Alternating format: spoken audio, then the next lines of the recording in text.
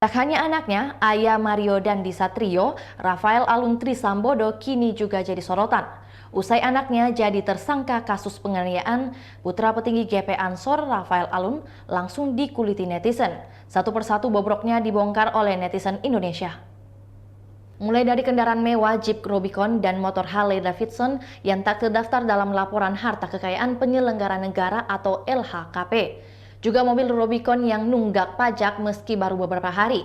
Padahal, Rafael Alun adalah seorang pejabat pajak dengan jabatan Kepala Bagian Umum di kantor wilayah Direktorat Jenderal Pajak, Jakarta Selatan. Rafael Alun ini anak buah Menteri Keuangan Sri Mulyani. Sri Mulyani ketika mendengar berita tersebut langsung mengecam gaya hidup mewah para pegawainya.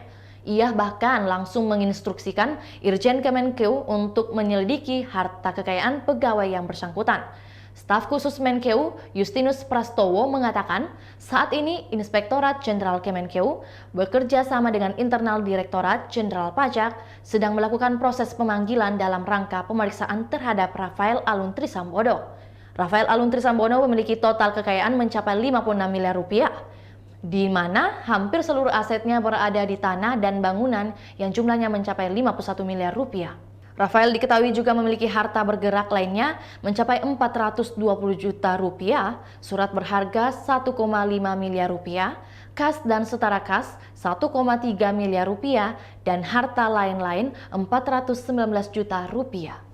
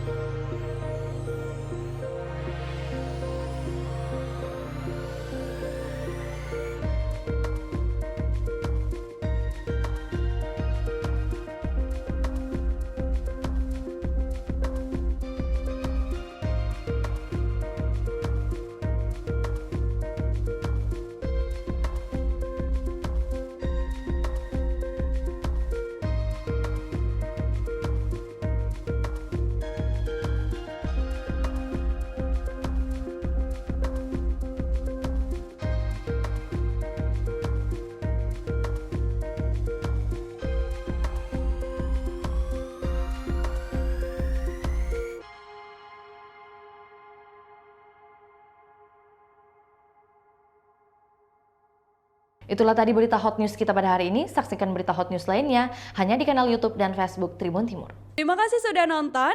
Jangan lupa like, subscribe, dan share ya.